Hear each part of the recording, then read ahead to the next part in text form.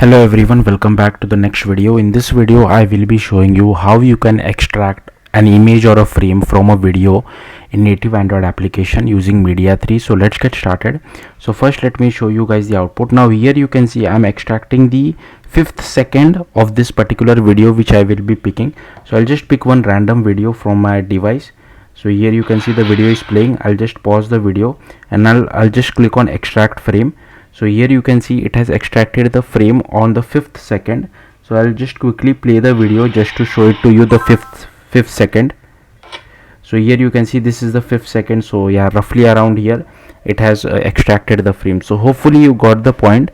So yeah, let's see how to do this. Again, you can extract multiple frames as well if you feel like, but yeah, so first what you need to do is you just have to create a native Android application. I am not using Jetpack Compose because these libraries still don't have proper APIs with working with Jetpack Compose, that's why. Anyways, like you can use Jetpack Compose as well because the UI logic is very less. So first you just need to go to build.gradle.kts, and here I have added few dependencies. First one is ExoPlayer, Media3 UI, Media3 common. You require this Media3 inspector which is still in beta at the time of me recording it. If it does become stable, make sure you use the stable version. And we also require this Android X concurrent futures KTX because we want to use the await feature as well. That's it. So just you can click on sync now and it will download all the dependencies for you. Then inside activity underscore main I have kept it simple. So here we have one button for picking a video. Here we have player view for playing the video as well, and here we have image view for displaying the extracted frame, and here we have another button to extract the frame. Okay, that's it. Then let's go to our main activity. Here you can see these are all the imports. I'll simply scroll through this imports. We have added this @unstable API annotation because these APIs are bit still unstable. I don't think we require this array list of effect.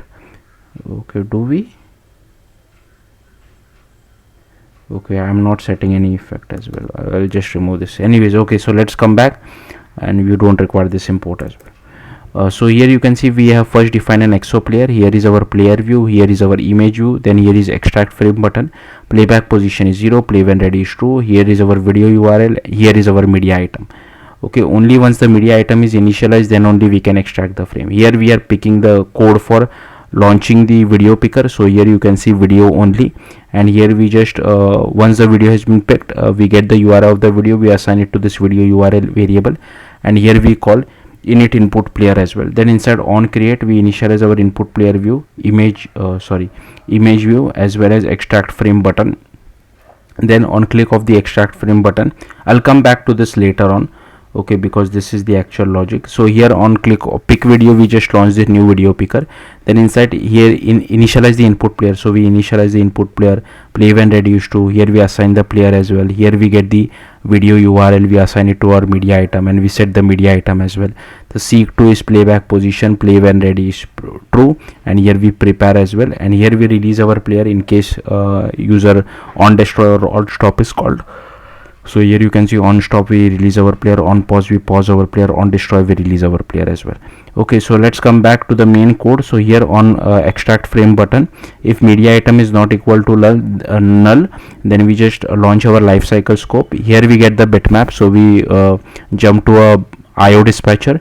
So here we just check whether if you are using upside down cake Android version, then you can also extract HDR frames. If you want to apply some kind of a Media3 effect, you can do that, but for below upside down cake you can just do frame extractor dot builder, and here we just pass our media item and just call build. Then we do frame extractor dot get frame. Here you can pass the second millisecond on which the frame should be extracted, and here we just call await. Then we do frame extractor dot close. Here we get the frame bitmap, and we just set image view dot set bitmap, passing the bitmap. So yeah, and in case media item is null, then we just say no media item. So yeah, that's all there is to it. If you have any questions, do let me know in the comments. Thank you for watching. Bye.